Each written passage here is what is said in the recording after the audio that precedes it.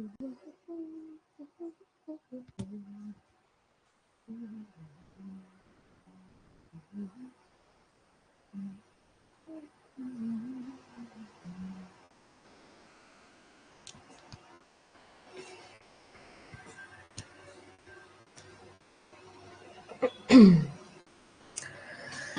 Everyone, a very very good morning to all of you. कैसे हो सभी लोग?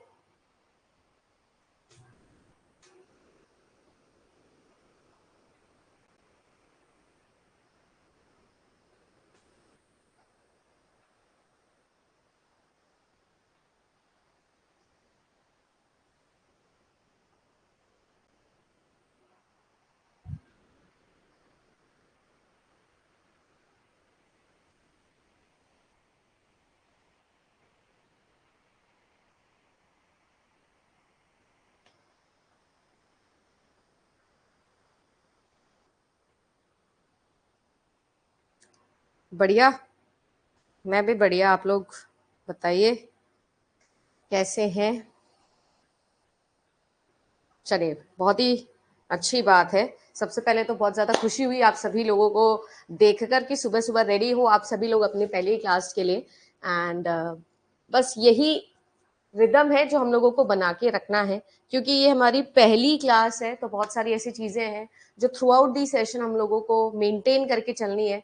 हम लोगों को आपस में वो चीजें क्लियर होना जरूरी है। देखो, कोई भी सिलेक्शन के लिए एक चीज बहुत जरूरी होती है और वो होती है sense of clarity. Sense of clarity in the syllabus, sense of clarity in the teacher, sense of clarity in what to do and what not to do. सारी चीजों में अगर आपको क्लैरिटी हो, आपको ये पता हो कि ये करना है और ये नहीं करना है, तो ऑटोमेटिकली चीजें होती रहेगी। राइट? हम दो तरीके के प्लान्स बनाते हैं। एक हम लोग शॉर्ट टर्म प्लान बनाते हैं, हम अपना लॉन्ग टर्म प्लान बनाते हैं। अब लॉन्ग टर्म प्लान, जैसे मैं आप लोगों को बोलती हूँ कि दिस बैच जो कंप्यूटर साइंस का आज से हम स्टार्ट करने वाले हैं, मेरा एम सिर्फ ये नहीं है कि आपको यूजीसी नेट एग्जामिनेशन तक मैं लेके चले जाऊं। मेरा एम ये है कि जैसा मैं बोल भी रही हूँ, that one nation one exam, I mean one nation one syllabus one batch and many exam, वो वाला जो रिदम है वो अपन को मेंटेन करना है। तो लॉन्ग टर्म प्लान ये है कि ये जो भी 10 यूनिट्स हम लोग पढ़ने वाले हैं आज से, हम उन्हें इस तरीके से पढ़ें कि हम कोई भी एग्जाम के अंदर अगर उस यूनिट को फेस करेंगे तो हम लोग उसका क्वेश्चन सॉल्व कर सकें। दूसरी चीज जो हमारे लिए बहुत इंपॉर्टेंट है वो है शॉर्ट टर्म गोल्स। और शॉर्ट टर्म गोल्स जो होते हैं वो होते हैं वीकली गोल्स। ठीक है ना? डे वाइज हमारे क्या गोल है।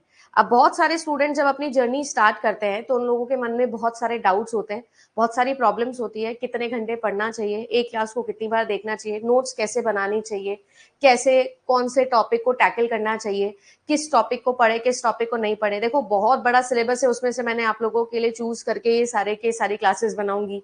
उसमें से भी बहुत सारे बच्चे ऐसे होंगे जो बहुत कम क्लासेस जो है वो पूरी कर पाएंगे, कुछ छोड़ेंगे, कुछ ये करेंगे, कुछ को लगेगा कि मैम मुझे ये समझ नहीं आ रहा, मुझे ये नहीं करना, मुझे वो अच्छा नहीं लगता। ऐसी बहुत सारी चीजें आएगी। तो हमको 300 में से 30 और 30 में से 3 तक नहीं जाना है। हमको हमको ये कोशिश करनी है कि एटलीस्ट जो क्लासेस में हम पढ़ रहे हैं वो तो हम सारा का सारा अच्छे से पढ़े, अच्छे से रिवाइज करें, और उसके बाद फिर हम नेक्स्ट फेज में सोचे कि हम लोग क्या क्या एलिमिनेट कर सकते हैं।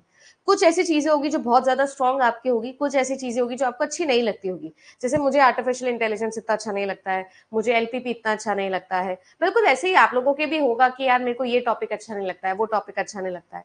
बट जो चीज मैंने समझी एज अ स्टूडेंट, जब मुझे एआई पसंद भी नहीं था तो भी मैंने अपने एग्जाम के लिए उसको पढ़ा था। तो अब कुछ चीजें ऐसी होगी जो आप लोगों को अपनी 110% एफिशिएंसी के साथ में लेके चलनी है। कुछ ऐसी चीजें जो आपको पसंद नहीं है, उन चीजों पर आप ऐसा सोच सकते हो कि यार 50-60% तो मुझे उनको भी देना ही पड़ेगा। ऐसा नहीं होना चाहिए कि कंप्लीटली छोड़ के चलेगा किसी यूनिट को। ऐसा हम कभी नहीं करेंगे। राइट? इट्स ऑल अबाउट कितने क्वेश्चंस बनते हैं किस टॉपिक से, किस यूनिट से, और उसे हम कैसे टैकल कर सकते हैं, वो चीज हमें पता होनी चाहिए with a deeper understanding of a topic. मैं हर बैच को एक ही चीज बताती हूँ, 100 मत पढ़ो, 50 चीजें पढ़ लो, पर 50 ऐसी पढ़ो कि उसमें से 50,000 सवाल भी बन जाए तो भी आपको आते हो। हर एक टॉपिक का डीप एनालिसिस आपके पास में होना चाहिए जिनका रिक्वायर्ड है। कुछ ऐसे टॉपिक्स होंगे जिनको मैं खुद से बोलूंगी कि इनको ज्यादा डीप में पढ़ने की जरूरत नहीं है, ऊपर ऊपर से देख के चले जाना, उनको ऊपर ऊपर से अपन देखने वाले हैं। अब कितनी क्लासेस होगी या क्या होगा कैसे होगा वो हम अभी डिस्कस करेंगे। मैं आप लोगों के लिए चॉम्स्की हायरार्की से रिलेट करके जो है वो चीजें लेके आई हूँ। सबसे इंपॉर्टेंट चीज, जैसा मैं बोल रही हूँ, sense of clarity is important. Computer science in UGC net examination is क्या है वो, है ना? What is that syllabus? क्या है, कितने बच्चे देते हैं, कितने क्वेश्चंस आते हैं, आपके टॉपिक वाइज किस यूनिट से सबसे ज्यादा सवाल बनते हैं, वो सारी चीजें हम लोग अभी डिस्कस करेंगे, because this is our first video orientation session. So अगर आप लोग ऑब्वियसली आप पेड में हो, मुझे ज्वाइन कर लियो तो आप मुझे जानते हो, बट ये सेशन क्योंकि हमारे यूट्यूब वाले स्टूडेंट्स के लिए भी है, तो आप सभी लोगों को मैं बता दूं कि मेरा नाम अदिति है, मैंने भी JRF क्वालिफाई किया है और मैं आप सभी लोगों को उसी जर्नी पर लेके जाने की कोशिश कर रही हूँ, वही डेड ऑनेस्टी के साथ में, कन्विक्शन के साथ में, जिससे मेरा JRF क्लियर हुआ या जो भी बाकी एग्जाम्स मैंने क्लियर किए हैं। राइट, मैंने भी अपने पोस्ट ग्रेजुएशन के लास्ट टाइम में ही एग्जाम दिया था, और मैं भी ये चाहती हूँ कि आप सभी लोग भी अपने ग्रेजुएशन पोस्ट ग्रेजुएशन के दौरान ही इसकी तैयारी करो, क्योंकि आपके लिए सबसे अच्छा टाइम होता है वो। अगर आप सभी लोग इससे पहले से अटेम्प्ट को दे चुके हो और आपने अभी तक मुझसे नहीं पढ़ा था, तो मैं आपको बस ये बोलूंगी कि एक चांस देके देखिएगा, डिफरेंस आपको फील डेफिनेटली होने वाला है। राइट, चलिए जी, तो अब अगर मैं बात करूं तो इस पूरे की पूरे बैच में जो जो चीजें कमिट की गई है वो मैं आप लोगों को बता देती हूँ, ठीक है, बिना किसी कंफ्यूजन के। तो आप जानते हो कि आपको 10 ईयर के प्रीवियस ईयर पेपर बनेंगे, इनका डिटेल सॉल्यूशन मिलेगा, और ये जो है ये इग्निशन बैच के नाम से आपको मिलने वाला है। So every day you going to have 2 classes. 2 classes मतलब एक तो जो मैं ये ले रही हूँ आप लोगों के लिए, और इसके अलावा एक आपकी प्रीवियस ईयर की, ये भी यूनिट वाइज डली हुई है, ठीक है ना, तो ये भी आप लोगों को यूनिट वाइज देखनी है। हमने कोई टॉपिक पढ़ा, उस टॉपिक के क्वेश्चंस जाके आपको कर लेने हैं, ठीक है। इसमें डिटेल क्लास है जिसमें सारे 10 साल के previous year questions unit wise मैंने सॉल्व करवाए हैं। देन आपको टेस्ट सीरीज मिलेगी। टेस्ट सीरीज आप चाहो तो अभी ओपन हो सकती है, बट मेरे हिसाब से मैं अभी ओपन नहीं इसीलिए नहीं करती हूँ, 3-4 महीने तो हम लोगों को सेट होने में लगता है, सिलेबस पढ़ने में लगता है, उसके बाद में आप जो है अपनी टेस्ट सीरीज दीजिए, बहुत अच्छा रहेगा। मिनिमम 10 मॉक टेस्ट है जो आप सभी लोगों को देने होते हैं। हैंडबुक आप सभी लोग जानते हो कि आपको मिलने वाली है, आपके पास में आई होप डिलीवर हो भी चुकी होगी, राइट, आई होप आप लोगों के पास में डिलीवर हो गई होगी, कुछ बच्चों के पास में, तो कुछ के पास में अब हो जाएगी। तो हैंडबुक जो है उसमें बेसिकली पहले मैं 6 बुकलेट्स 6 एरेज देती थी आप लोगों को, आई होप आप लोगों ने ऐसे देखा हो, ऐसे है ना, 6 बुकलेट्स होती थी इस तरीके से। अब जो है मैंने, क्योंकि ये 6 बुकलेट्स अलग अलग डिलीवर करना जो है हमारे डिलीवरी पार्टनर के लिए मुश्किल हो गया था, तो उनके कहने पर हमने इसे 2 बुक्स में कन्वर्ट कर दिया है। अब सारा कंटेंट जो है वो 2 किताबों में आप लोगों को डिवाइड करके मिल जाएगा, ठीक है ना। पेपर 1 प्लस पेपर 2 अगर आपने लिया है तो पेपर 1 का भी आप लोगों को सब कुछ मिल जाएगा। देन आपका इंटरव्यू गाइडेंस प्रोग्राम होता है, अगर आपका कोई पीएचडी इंटरव्यू होता है, क्योंकि हम लोग अब पीएचडी से भी गाइडेंस प्रोग्राम वाला पार्ट इसमें इंक्लूड करेंगे। जो क्रैश कोर्स होगा लास्ट में रिवीजन, वो भी आपको मिल जाएगा। स्टडी प्लानर आप सभी लोगों की गूगल शीट है जो आप लोगों को दे दी जाएगी, उस गूगल शीट के अकॉर्डिंग आप अपना स्टडी प्लानर बना सकते हो, रिवाइज कर सकते हो, जैसे जैसे चीजें लिखिए। अभी तो क्योंकि हमने कोर्स स्टार्ट ही किया है तो अभी ये इतना काम का नहीं है, जब 1 हफ्ते का कोर्स आप पढ़ लोगे, 10 दिन हो जाएंगे, उसके बाद में आप लोगों का वो स्टडी प्लानर काम का होगा, ठीक है। अगर आपकी कोई जॉब रिलेटेड प्रॉब्लम्स है, जॉब रिलेटेड काउंसलिंग है, तो वो भी होगी, हर 15 दिन के अंदर एक काउंसलिंग सेशन होगा। और अगर आपको पीएचडी से रिलेटेड भी कोई इंटरव्यू काउंसलिंग करनी है तो वो भी आपकी होगी एवरी 15 डेज। इस तरीके से जो है ये सारा का सारा सिनेरियो भी चलने वाला है। जो पुराने स्टूडेंट्स है उनका रिव्यू आप ले सकते हो, आपको समझ में आ जाएगा कि चीजें कैसी चलती है, क्या चलती है, ठीक है ना। ये सारे सब्जेक्ट्स हैं जो आप लोगों को पता ही अपने चलते हैं, ठीक है जी। चलो अब मैं आप लोगों को स्टार्ट करती हूं आज के हमारी कॉन्वर्सेशन से। हमारे लिए सबसे इंपॉर्टेंट क्या है कि हम लोग टारगेट ओरिएंटेड हमारा डिस्कशन करना शुरू करें। आप में से कितने ऐसे स्टूडेंट हैं जिन्होंने इससे पहले यूजीसी नेट एग्जामिनेशन फेस किया है? कितने ऐसे बच्चे हैं यहां पर जिन्होंने अभी तक यूजीसी नेट एग्जामिनेशन को फेस किया है? रेज योर हैंड, बताओ मुझे कितने ऐसे बच्चे हैं जिन्होंने UGC net examination face already करा हुआ है?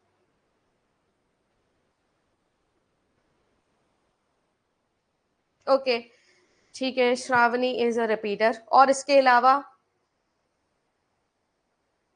ठीक है 3-4 बच्चे हैं, ओके ठीक है। कुछ कुछ बच्चे हैं जिन्होंने इससे पहले इस एग्जाम को दिया है। कौन ऐसा है जिसने कभी इस एग्जाम को फेस ही नहीं किया? वो यहाँ पर लिखकर बताओ that I am totally fresh, totally new, इससे पहले हमने कभी इस एग्जाम को दिया ही नहीं है।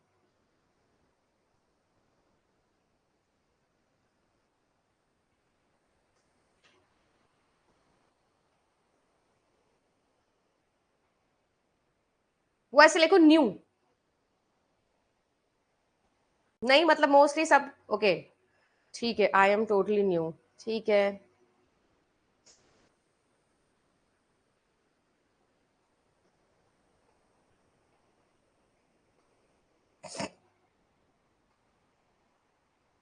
ओके, न्यू की मात्रा ज्यादा दिख रही है मुझे यहाँ पर चैट के अंदर rather than repeaters. ठीक है, एनी विच वेज दोनों ही स्टूडेंट के पॉइंट ऑफ व्यू से अगर मैं एक चीज बताऊं तो बहुत इंपॉर्टेंट है कि हमें हमारा टारगेट या हमारा एम पता होना चाहिए कि हमारा एम क्या है। तो जो मेरा एम है वो मैं जज करूंगी मेरी प्रीवियस ईयर कट ऑफ के अकॉर्डिंग। जैसे आप सभी लोग जानते हो कि अब धीरे धीरे जो कंपटीशन है यूजीसी नेट एग्जामिनेशन में वो बढ़ता जा रहा है। देखो, एक समय था जब आप लोगों का 4 ईयर डिग्री अलाउड नहीं था, वो उससे पहले वाला जब टाइम था, है ना, पिछले साल से पहले वाला जो टाइम था, तो आपको पता था कि सिर्फ मास्टर्स वाले स्टूडेंट जो है वो आपके पास आएंगे, यानी जिन्होंने एमटेक किया है, जिन्होंने एमसीए किया है, एमएससी किया है, सिर्फ वही स्टूडेंट आपके कंपटीशन में आने वाले हैं। तो लगभग 20 से 30 हजार के बीच में आपकी ऑडियंस रहती थी, हद मार के। जैसे मेरे टाइम पे सबसे ज्यादा बच्चे बैठे थे 2019 के अंदर, 35 हजार के आसपास की आपकी ऑडियंस थी। बट अब अगर आप लोग पिछले साल का स्टार्ट निकाल के देखोगे तो ये नंबर जो है वो जस्ट डबल से भी ज्यादा हो गया है। लगभग अब 60 हजार से ज्यादा बच्चे जो है वो UGC net examination and CSE देना स्टार्ट कर चुके हैं। तो दिनों दिनों जब कंपटीशन बढ़ता है, अवेयरनेस बढ़ती है। जब मैं पढ़ती थी तो कोई कंप्यूटर साइंस नहीं पढ़ाता था यूजीसी नेट के लिए, सब गेट के लिए पढ़ा रहे होते थे। बट जैसे मैंने शुरू किया और भी लोगों ने शुरू कर दिया है, तो अब यूजीसी नेट को लेकर अभी अवेयरनेस बढ़ गई है कंप्यूटर साइंस में भी। तो अब धीरे धीरे नंबर ऑफ एप्लीकेंट्स बढ़ते जा रहे हैं। जब अवेयरनेस बढ़ती है, मटेरियल बढ़ता है, रिसोर्सेज बढ़ते हैं, तो कट ऑफ भी आप लोगों की चेंज होती है। क्योंकि ऑब्वियस ही बात है, एक बार अगर आप लोगों को पता लग गया how to crack this examination, तो आपके लिए ये एग्जाम मुश्किल नहीं है, क्योंकि एक एग्जाम अकेडमिक एग्जाम है ना। ऑल्दो यस, ये कॉम्पिटेटिव एग्जाम है, बट ये मैं मानती हूँ सभी कॉम्पिटेटिव एग्जाम से थोड़ा डिफरेंट है। ये एक अकेडमिक एग्जाम है। एक sincere consistent student with not very good IQ भी इस एग्जाम को क्लियर कर सकता है, अगर वो कंसिस्टेंट है और सिंसियर है अपने एफर्ट्स के अंदर। तो ठीक है ना, बहुत सारे ऐसे, क्योंकि ये स्पीड का गेम नहीं है। जैसे मैंने जो है वो मैंने एसएससी भी क्लियर किया है, मैंने बैंक के एग्जाम भी क्लियर किए हैं, तो मैं जानती हूँ कि वो एग्जाम स्पीड के एग्जाम है, 1 घंटे के अंदर इतने सवाल करने हैं। इसमें ऐसा नहीं है। अगर आप सभी लोग समझो तो 3 घंटे आपके पास में 150 सवाल है, आराम से हो सकते हैं, कोई ऐसा भागा दौड़ी नहीं है। पेपर लेंथी आता है, बट ये अकेडमिक एग्जाम है, प्लस इसमें नेगेटिव मार्किंग नहीं होती है, तो वहां पर गड़बड़ होने के चांसेस नहीं होते। क्योंकि बाकी जो सभी एग्जाम होते हैं, कॉम्पिटेटिव एग्जाम, गवर्नमेंट एग्जामिनेशन, उन समय नेगेटिव मार्किंग भी होती है। तो ये जो एग्जाम है, ये अगर आप लोग अच्छे एक अकेडमिक स्टूडेंट भी हो तो भी आपके लिए एग्जाम बनता है, राइट। तो अगर आप एक अकेडमिक स्टूडेंट हो तो आपको ये चीज समझनी पड़ेगी कि आप सभी लोगों के लिए प्रेजेंस ऑफ माइंड आप लोगों को सीखना पड़ेगा। क्वेश्चन जब आपके सामने आता है तो उसे कैसे अप्रोच करना है, क्योंकि दिनों दिन जैसे कट ऑफ की अगर मैं बात करूं तो आप लोग नोटिस कर सकते हो कि नेट जेआरएफ, और अब क्योंकि थर्ड कैटेगरी भी स्टार्ट हो गई है, ओनली पीएचडी, उसके बारे में आप देख सकते हो। तो आप सभी लोगों के लिए देखो 164 थी, फिर 162, 162, 168, यानी कुल मिला के अगर मैं बात करूं तो 160 या 150 से लेकर और 170 के बीच में आपकी नेट की कट ऑफ रहती थी। ये जो कट ऑफ है मैं ये आपके यूआर के लिए बता रही हूँ, अनरिजर्व कैटेगरी के लिए बता रही हूँ। रिजर्व कैटेगरी के लिए फिर ऑब्वियसली आप मान लेते हो कि इससे कम ही होगी, है ना। ये टॉप नॉच मैं नंबर बता रही हूँ। जैसे अगर मैं बोलती हूँ कि आप सभी लोगों को जो है वो 160 नंबर लाने हैं, तो आप इसको डिवाइड करिएगा 2 से, तो आपके पास में कितने हो गए? आपके पास में हो गए कि आपको 80 क्वेश्चन सही करने हैं, दोनों पेपर्स में मिला के, दोनों में 150 में से 80 सवाल सही करने हैं। इसका यही तो मतलब हो गया। अब आप नोटिस करिएगा, फिर धीरे धीरे जैसे और हम लोग आगे गए, अब आप लोगों की जो कट ऑफ है वो कट ऑफ में सीधा आप लोग देखोगे कि लगभग 18 से 20 नंबर की बढ़ोतरी हो गई 2024 के अंदर, जब से 3 कैटेगरीज आई, जब से रूल चेंज हुआ। तो अब यहाँ पर आप देखोगे तो आप लोगों के पास में 188 के आसपास कहीं आप लोगों की कट ऑफ गई है। तो अगर 188 के अलावा देखोगे तो आपको पता है कि 94 क्वेश्चन, यानी एकदम से 14 क्वेश्चन ज्यादा आपको सही करने रहेंगे अगर आप सभी लोगों को नेट का कट ऑफ क्लियर करना है, जो एपी के लिए जरूरी होता है। तो अगर आप ये करते हो, 188 नंबर आप लोगों के आएंगे, ऐसे ज्यादा नंबर आएंगे, तो आपके रिपोर्ट कार्ड में लिखा हुआ आएगा that you are eligible to become an assistant professor now, है ना, या क्वालिफाइड फॉर एपी नाउ। तो इस तरीके से होगा। जेआरएफ की, हाँ, अगर हम बात करें तो देख लो भाई, जेआरएफ की जो कट ऑफ है उसके अंदर आप हमेशा नोटिस करना कि आप लोगों का एक बड़ा मार्जिन रहता है। 164, 190, 162, 186, फिर 162, फिर 180। अब ये देख लो, ये वाला जो एग्जाम था दिसंबर 2022, 168 नेट की कट ऑफ गई थी, 206 आप लोगों की जेआरएफ की कट ऑफ गई थी, ठीक है ना। फिर ये वाला एग्जाम हो गया 174, 184, एंड ये जो कट ऑफ है ये सबसे ज्यादा डरावनी कट ऑफ थी, 218 नंबर। ये पिछले बारी की मैं बता रही हूँ, जब आपका पेपर ऑफलाइन हुआ था, फिर रीनेट हुआ था, ये वो वाला पेपर है। तो 218 आप लोगों की कट ऑफ गई है। अब जरा थोड़ी गणित लगाएंगे और बताओ मुझे 218 को डिवाइड करोगे 2 से तो आपको पता लग जाएगा कि आपको लगभग 109 से 110 सवाल सही करने हैं। लगभग मतलब 150 में से जहां 80 सवाल सही करने पर सिलेक्शन हो जाता था, यहां पर अब 150 में से 110 सवाल सही करने पर आपको जेआरएफ मिलने वाला है। तो कट ऑफ जैसे जैसे इंक्रीज हो रही है, आपको समझना पड़ेगा कि कंपटीशन कैसे इंक्रीज हो रहा है। इन सभी सिनेरियो के अंदर जो मैं एक चीज मेंशन करना चाहूंगी वो ये है कि ये सिर्फ आप सीएस पॉइंट ऑफ व्यू से मत समझना। ऑल्दो मैं ये सीएस की कट ऑफ बता रहे हो, पर सिर्फ सीएस पॉइंट ऑफ व्यू से नहीं देखो इस कट ऑफ को। इस कट ऑफ को आप लोग समझो क्योंकि पेपर 1 अब स्टूडेंट्स जो है वो पढ़ना स्टार्ट कर चुके हैं। मैं अच्छे से जानती हूँ कि इस टाइम पर कोई पेपर 1 ध्यान से नहीं पढ़ता था। 2018 से एनटीए ये एग्जाम कंडक्ट करवा रहा है। 2019 में मैंने इस एग्जाम को दिया था, दिसंबर के अंदर इसको क्वालिफाई किया था और मैं खुद भी पेपर 1 नहीं पढ़ के गई थी। हम हमारे सब्जेक्ट पे ज्यादा ध्यान देते हैं, पेपर 1 पे ज्यादा ध्यान नहीं देते हैं। बट अगर मुझे 150 में से 110 सवाल सही करने हैं तो मेरा ये मानना है कि बिना पेपर 1 की हेल्प के आपका सिलेक्शन होना इम्पॉसिबल हो रखा है आज के टाइम। वैसे तो ऑब्वियस ही बात है कि आपको टोटल दोनों के अंदर 40% लाना पड़ेगा, तभी आप जो है आपकी कट ऑफ के आसपास भी पहुंचोगे या कट ऑफ क्लियर करोगे तो सिलेक्टेड मानोगे। क्यूमुलेटिवली 40% तो मिनिमम आपको नंबर लाने ही पड़ेंगे ना। तो आपको पेपर 1 जो है उसको बिल्कुल भी नजरअंदाज नहीं करना है। So first tip for from my side this session पे वो ये है कि हम स्टार्टिंग से पेपर 1 को पढ़ेंगे। देखो कोई भी अगर स्टूडेंट ऐसा है जो नया है, जिसने आज से पहले मुझसे कभी नहीं पढ़ा है, तो मैं उसको बता देती हूँ कि मैं हर क्लास में एक चीज बोलती हूँ कि आपको एक खाली पन्ना और एक पेन लेके बैठना है। ठीक है, कॉपी बना लो, एक रजिस्टर लो, पेजेस लो, जो भी है, खाली पन्ना हमेशा लेके बैठेंगे क्योंकि मुझे पता है कि मैं कुछ ऐसी चीजें बोलूंगी जो आपको लिखनी पड़ेगी। पहली चीज जो आपको लिखनी है, कंप्लीट ऑफलाइन वाला फील दे रही हूँ, पहली चीज जो आपको लिखनी है लिख लो। पेपर 1 को हम नजरअंदाज नहीं करेंगे। Do not ignore paper 1 from the very first day. हम पेपर 1 को भी टाइम देंगे। पेपर 1 छोटा है कंपैरेटिवली पेपर 2 के, जल्दी खत्म हो जाएगा, ठीक है ना।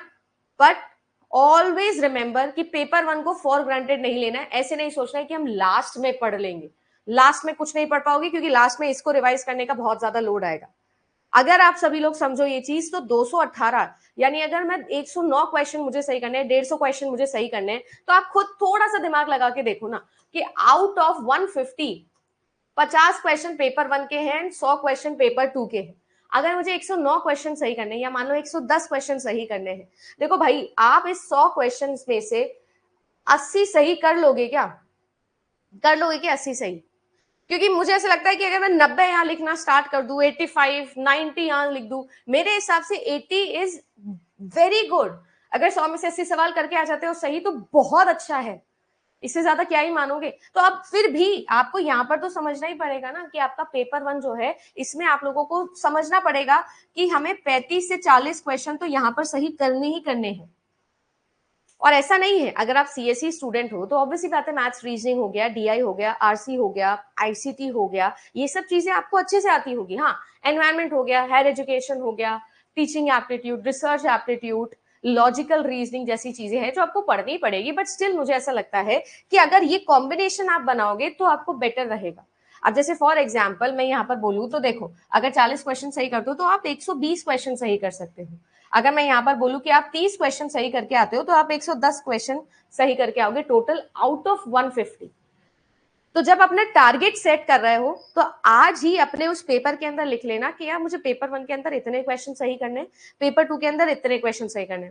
कभी भी कोई भी कंप्यूटर साइंस स्टूडेंट को मैं 40 से ज्यादा क्वेश्चन नहीं अटेम्प्ट करने बोलती हूँ। अटेम्प्ट तो सभी करने मतलब नहीं बोलती हूँ कि तेरे सही हो जाएंगे, क्योंकि मुझे पता है कि पीपल डेवलपमेंट एनवायरमेंट और हायर एजुकेशन जैसी 2 यूनिट्स हैं जो हमारे लिए थोड़ी उल्टी पड़ती है। हम जैसे स्टूडेंट्स के जो टेक्निकल बैकग्राउंड है, हम लोगों के लिए थोड़ी उल्टी पड़ती ह्यूमैनिटीज बैकग्राउंड की यूनिट्स है, ठीक है ना। पर मैं ये नहीं बोल रहा हूँ कि आप इसको मत पढ़ो, आप इसको पढ़ो। इंपॉर्टेंट चीजें पढ़ के चले जाओ, करंट अफेयर जैसी चीजें जाके पढ़नी है, पॉल्यूशन जैसी चीजें हो गई, हायर एजुकेशन में कुछ इंपॉर्टेंट पॉलिसीज है वो हो गई, कुछ इंपॉर्टेंट यूनिवर्सिटीज हो गई। ये 2 यूनिट ऐसी है जो ठीक है आप लास्ट टाइम पे रेक्टिफिकेशन है वो कर लो, बट बाकी सभी यूनिट्स पे ध्यान दो। और अगर इनके भी मैक्सिमम 5-5 सवाल आएंगे तो 10 सवाल हटा दो, तो भी 50 में से 40 सवाल तो आपके बनते हैं। समझ में आ रहा है क्या भाई? बीच बीच में थोड़ा यस नो लिखते रहा करो ताकि मुझे भी ऑफलाइन वाला फील आए। अब ऑफलाइन बच्चों को तो क्या देख के पता लगा लेती हूँ कि समझ आ रहा है कि नहीं आ रहा है, आप लोगों का आपको बताना पड़ेगा, थोड़ा एफर्ट डालना पड़ेगा, राइट? समझ में आ रहा है क्या? तो किस हिसाब से मैंने ये गणित बनाई है, देखो लगभग पिछले 5 साल से मैं कंप्यूटर साइंस यूजीसी नेट पढ़ा रही हूँ, और जो भी मेरा एक्सपीरियंस रहा है पुराने स्टूडेंट्स के साथ में भी, जो गलतियां वो करते आए हैं, जो अच्छी चीज वो करते आए, मैं सब आपको बता रही हूँ। तो जो गलतियां है वो आपको नहीं करनी है, और जो अच्छी चीज है वो आपको अडेप्ट करनी चाहिए। तो सबसे बड़ी गलती, पेपर 1 को नजरअंदाज नहीं करना है। पेपर 1 गेम चेंजर है, पेपर 1 ही आपको गेम चेंजर बन के दिखाएगा। कंप्यूटर साइंस की जहां तक बात है तो यस, कंप्यूटर साइंस तो हम जानते ही हैं कि हम लोगों को पढ़ना ही है, अच्छे से पढ़ेंगे, डीप एनालिसिस करेंगे, सब कुछ करेंगे, पर पेपर 1 को कोर मतलबी रूप से पढ़ना है, क्योंकि ये जो है ये आपको मतलब क्लियर करवाएगा, ये आपका जेआरएफ क्लियर करवाएगा। तो आज ही अपने लिए एक टारगेट सेट कर लो। अपने आप से हमेशा लिखित बातें करना जो है वो बहुत जरूरी होता है, तो अपने आप से वो लिखित बात करो, और लिखित बात में ये लिखो कि आउट ऑफ 150 क्वेश्चंस, ये जो 50 क्वेश्चन पेपर 1 के हैं, 100 क्वेश्चन पेपर 2 के हैं, ठीक है ना, मैं इसमें से, मेरा टारगेट है कि मैं 40 सवाल यहां सही करके आऊंगा, और यहां पर जो है वो 70 से 80 सवाल मुझे सही करने हैं। ये मेरा टारगेट है, ये तो मुझे करके ही आना है, मेरा ये टारगेट है आप सभी लोगों के लिए। ये मिनिमम है, ये तो करना ही करना है, हमने करके आना है ये, ठीक है। अब वो 70-80 कैसे हम करेंगे, इसमें से 40 हम कैसे करेंगे, तो पेपर 1 के लिए तो आप जानते हो कि 11 AM मैं आऊंगी, तब मैं आपको बताऊंगी। पेपर 2 की हम लोग थोड़ी सी चर्चा कर लेते हैं कि पेपर 2 में कैसे करेंगे भाई, राइट? तो अगर आप लोग नोटिस करोगे तो टोटल नंबर ऑफ कैंडिडेट समझने की कोशिश करना कि कितने हो रहे हैं। अब आप नोटिस करना कि जब आप लोगों की कट ऑफ 206 गई थी, तो देखो कितने कम बच्चे हैं जिन्होंने जेआरएफ किया था, ठीक है। अगर आप लोग देखो तो लगभग 800 के आसपास का कुछ फिगर रहता है जो आप लोगों का रहा है। सिर्फ जून का एग्जाम था, क्योंकि इसके अंदर आपको पता है नंबर ऑफ एप्लीकेंट्स 11 लाख से ज्यादा थे, तो आप देख लो कि लगभग 1355 लोग थे जिनका नेट क्वालिफाई हुआ था, ऑल ओवर इंडिया बता रही हूं मैं ये चीज। अगर मैं नेट क्वालिफाई की बात करूं और जेआरएफ की अगर मैं बात करूं तो ओनली एंड ओनली 73 बच्चे थे ऑल ओवर इंडिया जिन्होंने क्वालिफाई किया था इस एग्जाम को। तो अगर आप लोग नोटिस कर रहे हो इन 73 स्टूडेंट्स में से आपको भी एक बनना है, तो आपको ये समझना पड़ेगा कि आपके लिए बहुत जरूरी है कि आप ये परफेक्ट कॉम्बिनेशन बनाओ अपने पेपर 1 का भी और अपने पेपर 2 का। पेपर 2 में ऐसी बहुत सारी चीजें होती होंगी जो आपके लिए अच्छी होगी, आपको बचपन से अच्छी लगती होगी। बचपन मतलब कॉलेज में हमेशा डेटाबेस अच्छा ही लगता है सबको, सबसे सिंपल यूनिट है, ठीक है। बट अगर मान लो कि डेटाबेस के अंदर ट्रांजैक्शन एंड कॉन्करेंसी कंट्रोल से आ गया, कॉन्फ्लिक्ट सीरियलाइजेबिलिटी से सवाल आ गया, तो गलत नहीं होना चाहिए। जो अच्छा है वो तो बहुत अच्छा हो जाना चाहिए, और जो आपका अच्छा नहीं है, जो आपको समझ नहीं आता था, वो आपका डिसेंट हो जाना चाहिए, ठीक है। मुझे पता है टीओसी कंपाइलर में लुढ़कते हो, मुझे पता है कि कंप्यूटर ऑर्गेनाइजेशन आर्किटेक्चर लोगों को नहीं पसंद होता है, बट ये मेरी फेवरेट यूनिट्स है, तो आपकी भी फेवरेट यूनिट हो जाएगी। कंप्यूटर नेटवर्किंग, मेरा खुद का जो मास्टर्स है वो नेटवर्किंग में ही है, साइबर सिक्योरिटी में ही है मेरा प्रोजेक्ट। तो ये यूनिट्स तो मैं आपको करवा दूंगी, आप टेंशन मत लो। बट जो आपकी अच्छी है, जो आपको ऐसा लगता है कि मैम मेरी ये यूनिट बहुत अच्छी है, वो बहुत ज्यादा अच्छी होनी चाहिए, क्योंकि ये कॉम्पिटेटिव एग्जाम है, ये कॉलेज वाला एग्जाम नहीं है कि लिख के आना है। 4 ऑप्शन होंगे, उसमें से चूज करना है, और चूज हम करेंगे बाकी तीनों को गलत साबित करके। हम थोड़ा कान उल्टा पकड़ेंगे, चॉइस एलिमिनेशन सीखेंगे, how to attempt a question, वो हम लोग चीजें सीखने वाले हैं, राइट? तो अब जो मैं बात करने वाली हूँ, जिस यूनिट की मैं बात कर रही हूँ, वो है आपका थ्योरी ऑफ कंप्यूटेशन। इस यूनिट से मैं शुरुआत कर रही हूँ। देखो हर बार मैं रैंडमली जो है वो यूनिट की चेंजेस कर देती हूँ। बहुत सारी ऐसी यूनिट होती है कंप्यूटर साइंस के अंदर जो एक दूसरे के ऊपर डिपेंडेंट होती है। से फॉर एग्जाम्पल कंपाइलर पढ़ना है तो टीओसी पढ़ना पड़ेगा, आपको आर्किटेक्चर पढ़ना है तो डिजिटल लॉजिक्स पहले पढ़ने पड़ेंगे, अगर आप सभी लोगों को डेटाबेस पढ़ना है तो थोड़ा बहुत डिस्क्रीट मैथमेटिक्स समझ में आना जरूरी है, ठीक है ना। इस तरीके से बहुत सारी यूनिट्स एक दूसरे से रिलेटेड होती है। कुछ ऐसी यूनिट्स होती हैं हमारे कंप्यूटर साइंस के अंदर, अगर मैं बात करूं तो 3 तरीके से हमारी जो पूरा का पूरा सिलेबस है ना वो डिवाइडेड होता है। अगर पूरा हम लोग कंप्यूटर साइंस के सिलेबस की बात करें तो देखो कंप्यूटर साइंस के अंदर कुछ यूनिट्स होती है जो सॉफ्टवेयर अप्रोच पे होगी, कुछ सब्जेक्ट्स हैं जो सॉफ्टवेयर अप्रोच के होते हैं, कुछ ऐसे सब्जेक्ट्स होते हैं जो हार्डवेयर अप्रोच के होते हैं, और कुछ ऐसे सब्जेक्ट्स होते हैं जो दोनों ही अप्रोच पर होते हैं, है ना। हार्डवेयर और सॉफ्टवेयर दोनों अप्रोच पे होते हैं, या कुल मिला के आप इनको बोल सकते हो कि ये थोड़े मैथमेटिकल सब्जेक्ट होते हैं, है ना, क्योंकि कंप्यूटर साइंस की जो मदर है वो मैथमेटिक्स है, हम सब लोग जानते हैं, है ना। मतलब कुल मिला के इलेक्ट्रिकल है, और इलेक्ट्रिकल का जो मदर है वो कंप्यूटर साइंस, आई मीन वो मैथमेटिक्स है। सो जो हमारी मदर है वो है मैथमेटिक्स। तो बहुत सारे ऐसे सब्जेक्ट्स हैं जो मैथमेटिक्स के ऊपर बेस्ड है हमारे कंप्यूटर साइंस के अंदर। तो उन सभी के अंदर देखो सबसे ज्यादा डिफिकल्टी अगर किसी स्टूडेंट को होती है तो वो इसमें होती है, जो कोर हार्डवेयर अप्रोच वाले सब्जेक्ट्स होते हैं, जैसे कि आपका कंपाइलर, ठीक है ना, जैसे कि आप सभी लोगों के लिए कंप्यूटर ऑर्गेनाइजेशन एंड आर्किटेक्चर, ठीक है ना, ये कुछ ऐसी यूनिट्स है जिसमें बच्चों को प्रॉब्लम होती है ना। अब क्योंकि मैंने सीओए लिख दिया है तो डिजिटल लॉजिक्स मेरा लिखना यहाँ पर बनता है। कुछ ऐसी यूनिट्स है जिसमें बहुत सारी चीजें आप याद करके भी काम चला सकते हो, जैसे कि आप जानते हो कि आपका सॉफ्टवेयर इंजीनियरिंग हो गया, ठीक है ना। कुछ ऐसी यूनिट्स होती है जो उसमें दोनों मिक्सचर होता है, सॉफ्टवेयर भी होगा, हार्डवेयर भी होगा, जैसे आप सभी लोगों के लिए ऑपरेटिंग सिस्टम हो गया, इजी यूनिट है। डेटाबेस मैनेजमेंट सिस्टम हो गया, ठीक है ना। वैसे डेटाबेस मैनेजमेंट सिस्टम में ज्यादातर सॉफ्टवेयर अप्रोच वाली चीजें होती है, बट यस, ठीक है ना। आपका आर्टिफिशियल इंटेलिजेंस हो गया, बहुत सारी ऐसी चीजें होंगी जो आपको रिमेंबर करनी होगी, बहुत सारी ऐसी चीजें जो प्रिस्क्राइब्ड पहले से बनी हुई है, बस आपको समझनी होगी कि ऐसे होती है, ऐसे होती है, ऐसे होती है। थोड़ी चीजें याद भी करनी पड़ेगी आप सभी लोगों को, ठीक है ना। देन आप लोगों के लिए थ्योरी ऑफ कंप्यूटेशन, थोड़ा ऐसा यूनिट है जो मैथमेटिकल मॉडल्स के ऊपर बेस्ड है ना, तो थोड़ा सा दिमाग लगाना पड़ेगा। बट अगर एक बार ये यूनिट से समझ में आ गई ना, तो आपके मजे ही मजे हैं, मजे ही मजे हैं आपके। क्यों? क्योंकि देखो, बचपन में हमने ये चीज सुनी थी कि अगर मैथ्स का एक सवाल समझ में आ गया, एक टॉपिक समझ में आ गया ना, तो या तो वो गलत होगा या तो वो सही होगा, बीच में कुछ नहीं छूटता है। कुल मिला के मैं समझाना चाह रही हूँ कि या तो थियोरिटिकल क्वेश्चन बनेगा या प्रैक्टिकल क्वेश्चन बनेगा। जब थियोरिटिकल क्वेश्चन बनता है ना, तो पर्सपेक्टिव या पॉइंट ऑफ व्यू बहुत ज्यादा मैटर करता है। हम एग्जामिनी हैं और एग्जामिनर जिसने सवाल बनाया है, हम दोनों की पर्सपेक्टिव अलग अलग हो सकते हैं किसी एक चीज को देखने के। अगर मैं आपको ये पेन दिखाऊं तो मैं इसे अलग तरीके से डिफाइन कर सकती हूँ, आप इसे अलग तरीके से डिफाइन कर सकते हो थियोरिटिकली, पर practically it's a pen which is used to write. Practically इसका एक ही मतलब है। आई होप मैं समझा पा रही हूँ कि मैं क्या बोलना चाहती हूँ। जब भी पेपर बहुत ज्यादा थियोरिटिकल बनता है तो पर्सपेक्टिव मैटर करता है और इसी वजह से सिली मिस्टेक्स होने के चांसेस ज्यादा होते हैं। यूजीसी नेट एग्जामिनेशन में इसीलिए गलतियां होती है, इसीलिए कट ऑफ भी हाई जाती है। पर्सपेक्टिव मैच कर गया तो सही हो जाएगा ना सवाल। जबकि गेट जैसे एग्जामिनेशन के अंदर, एसओ जैसे एग्जामिनेशन के अंदर, स्पेशलिस्ट ऑफिसर एग्जाम की बात कर रही हूँ, आईटी ऑफिसर, वहां पर प्रैक्टिकल क्वेश्चन ज्यादा होते हैं ना, तो वहां की कट ऑफ आप नोटिस करना बहुत ज्यादा हाई नहीं जाती है। तो आपको ये समझना पड़ेगा, क्योंकि हमारा पेपर बहुत ज्यादा थियोरिटिकल, लगभग 70 से 80% आपका पेपर थियोरिटिकल बनेगा, तो आपको ये समझना पड़ेगा कि मैथमेटिकल मॉडल के भी थियोरिटिकल वर्जन आप लोगों से पूछे जाते हैं। तो वहां पर एग्जामिनर के ही पर्सपेक्टिव से हमको आंसर करना है, क्योंकि एनटीए नहीं सुधरेगा, एनटीए अपना आंसर नहीं बदलेगा। जब जैसे सीक्वेंसिंग वाले सवाल आए जो इस साल बहुत ज्यादा आए हैं, अब सीक्वेंसिंग वाले सवाल में अब आपने बोला 1 3 5, फिर 2 होना चाहिए था, फिर 4 होना चाहिए था। अब एग्जामिनर के अकॉर्डिंग नहीं, 4 पहले आएगा, 2 पहले नहीं आएगा, तो आपको एग्जामिनर के पॉइंट ऑफ व्यू से समझना पड़ेगा। सो कुल मिला के ऑब्जेक्टिव स्टडी जो है वो यहाँ पर करनी है, जिसमें भी हम लोग पर्सपेक्टिव लगा सके। थियोरेटिकल क्वेश्चन में गलती होने के चांसेस ज्यादा होते हैं क्योंकि पीओवी का डिफरेंस आता है, प्रैक्टिकल क्वेश्चन में नहीं आते मेरे अकॉर्डिंग। इसीलिए ये यूनिट्स आपकी बहुत मनपसंद यूनिट्स हो जानी चाहिए, ठीक है। इनफैक्ट मैं नेटवर्किंग भी लिखूंगी यहाँ पे जो थोड़ी मिक्स होती है, और भी है बहुत सारी 10 यूनिट्स हैं। मैं बस एग्जाम्पल के तौर पे समझाना चाह रही हूँ कि ये यूनिट्स ऐसी यूनिट्स है कि एक बार समझ में आ गई ना तो आपको 100% स्कोरिंग नंबर देगी। इन यूनिट्स का कोई भरोसा नहीं है, ये समझाने की कोशिश कर रही हूँ। तो इसी वजह से आपको ऐसे ही सेट करना है अपना स्ट्रक्चर भी, कि अगर यहां से सवाल बनेगा तो सही होना ही चाहिए। अगर आपने अभी तक टीओसी नहीं पढ़ा है, आपको डर लगता है, तो कोई दिक्कत नहीं है, 10 दिन मुझे दे दो, सारा डर निकल जाएगा। हम बिल्कुल बेसिक से पढ़ेंगे, समझ के चलेंगे।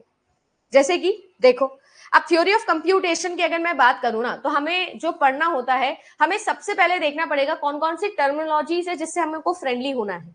आधी लड़ाई तो हम किसी एक क्वेश्चन के अगेंस्ट तभी जीत जाते हैं जब उस क्वेश्चन को हम अच्छे से पढ़ ले, हम उस क्वेश्चन को अच्छे से रीड कर ले और समझ ले कि उस क्वेश्चन में क्या पूछा जा रहा है। कभी कभी ऐसा होता है, आप जैसे कोई भी प्रीवियस ईयर पेपर उठा के देख लेना और उस पेपर का कोई भी क्वेश्चन पढ़ के देखना, अगर उस क्वेश्चन को पढ़ के आप उसकी यूनिट और उसका टॉपिक डिकोड कर सकते हो तो अच्छी बात है, इट्स अ प्लस थिंग। बहुत सारे क्वेश्चंस ऐसे मिलेंगे जो आपको पता ही नहीं होगा ये कौन सी यूनिट के हैं, ये कौन से टॉपिक से पूछ लिए हैं, क्योंकि जब हम लोग कॉलेज में पढ़ते हैं तो हमको बहुत सारी चीजें नहीं पता होती है, नहीं पढ़ाई जाती है। पता ही ना आपको और मुझे दोनों को पता है कॉलेज में कितना पढ़ाया जाता है। तो हमारे लिए बहुत सारी ऐसी चीजें होंगी जो बियॉन्ड हमारे कॉलेज होगी, जो हमने कभी नहीं सुनी, जैसे कि टीओसी कंपाइलर। मेरे टाइम पे आ गया था ये सब्जेक्ट और कोई नहीं था, कोई टीचर ही नहीं था इसका, राइट। तो टर्मिनोलॉजी समझना जरूरी है कि ये चीजें इसमें होती है, ये वर्ड्स आपको सुनाई देंगे, ये क्वेश्चन से, क्वेश्चंस में ये टर्मिनोलॉजी से जो यूज की जाएगी, क्वेश्चन रीड कर लो तो आधी जंग खत्म हो जाती है। जैसे फॉर एग्जांपल सेट थ्योरी के क्वेश्चंस आप करते हो तो एक सेट बिल्डर फॉर्म होता है, एक रोस्टर फॉर्म होता है। तो आप नोटिस करना कि अगर रोस्टर फॉर्म पढ़ना आ जाए, सारे के सारे सिंबल्स का मतलब समझ में आ जाए तो बहुत आसान हो जाता है सेट और रिलेशन का सवाल। अगर वहीं पर सिंबल समझ में नहीं आए तो आप कभी कर ही नहीं सकते रोस्टर फॉर्म का question.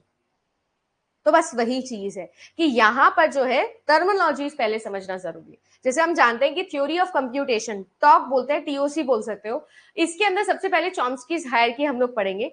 चॉम्स्कीज hierarchy basically, TOC is basically a study of mathematical models, automata की स्टडी है। मशीन को टेक्निकल लैंग्वेज में ऑटोमेटा बोलते हैं, ऑटोमेटन बोल सकते हो अगर आप सिंगुलर वर्ड यूज करना चाहते हो। Automata is a plural term. तो अगर मैं बोलूं तो मशीन्स कैसे बनती है, कैसे मशीन्स काम करती है, क्या एक्सेप्ट करती है, क्या रिजेक्ट करती है, कैसे प्रोसेस करती है, क्या रिजल्ट देती है, तो मशीन्स की जो स्टडी है वो हम टीओसी के अंदर करते हैं। तो हार्डवेयर ओरिएंटेड सब्जेक्ट है, मतलब बेसिकली दोनों ही अप्रोचेस आएगी, बट हार्डवेयर ओरिएंटेड ये सब्जेक्ट ज्यादा है।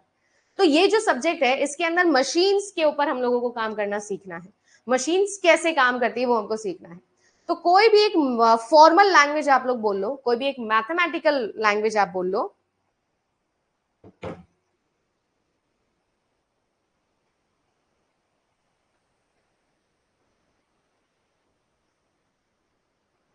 राइट। तो मैथमेटिकल मॉडल के अंदर जो है हमको ये सीखना होता है कि कौन कौन से तरीके के सिंबल्स हम यूज करते हैं, कौन कौन से तरीके के लैंग्वेजेस हम लोग यूज करते हैं, है ना, क्या क्या होता है। अब कुल मिला के जैसे मैं आपको बोल रही हूँ, हम भी तो एक मशीन ही है ना, ह्यूमन बीइंग भी एक मशीन है, तो उसकी एक ग्रामर है, उससे उसने कुछ प्रोड्यूस करके कोई लैंग्वेज बनाई है। जैसे मैं इस वक्त जो लैंग्वेज इस्तेमाल कर रही हूँ, हिंदी, इंग्लिश, फिर उन लैंग्वेजेस के अंदर आपके वर्ड्स होते हैं जो मैं यूज कर रही हूँ, तो वर्ड्स से सेंटेंस बनते हैं और फिर उससे कुछ मीनिंगफुल कॉन्टेक्स्ट निकल के आता है। तो बिल्कुल वैसे ही हमारे पास में मशीन्स के लिए अलग अलग टाइप की ग्रामर्स होती है, अलग अलग टाइप की ग्रामर से अलग अलग टाइप के लैंग्वेजेस बनते हैं, वो अलग अलग लैंग्वेजेस को एक्सेप्ट करके जो है वो हमने मशीन्स को अलग अलग टाइप्स में डिवाइड किया है।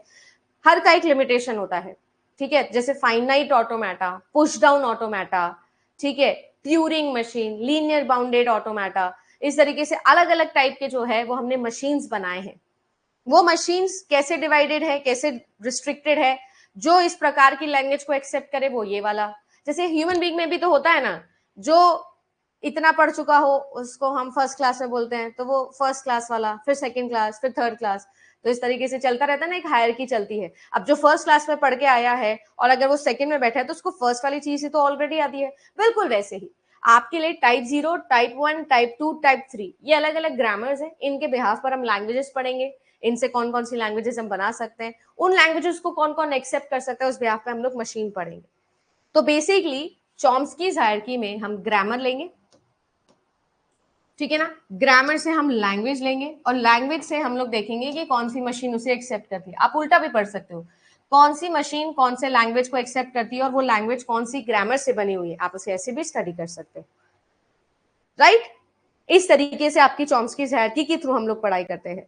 आज मैंने टीओसी पढ़ाया नहीं है, मैं आपको ये बता रही हूँ कि मैं कैसे पढ़ाऊंगी वो बता रही हूँ, कैसे पढ़ना है, ठीक है ना। पहली क्लास है इसलिए कल सुबह 7 बजे हम लोग पहला टॉपिक स्टार्ट कर देंगे, राइट। फिर आता है कि हम लोग ये सारी चीजें पढ़ते हैं कि फाइनाइट ऑटोमेटा में क्या क्या चीजें हैं जो इंपॉर्टेंट होती है। ये मैं हर सब्जेक्ट के हर यूनिट का बताऊंगी आपको कि इस टॉपिक में ये पढ़ना है, इस टॉपिक में ये पढ़ना है, कॉन्टेक्स्ट फ्री के अंदर क्या क्या पढ़ना है, ट्यूरिंग मशीन के अंदर क्या क्या पढ़ना है, ये सारे इंपॉर्टेंट टॉपिक्स है जो मार्क करके दे रही हूँ, ठीक है ना।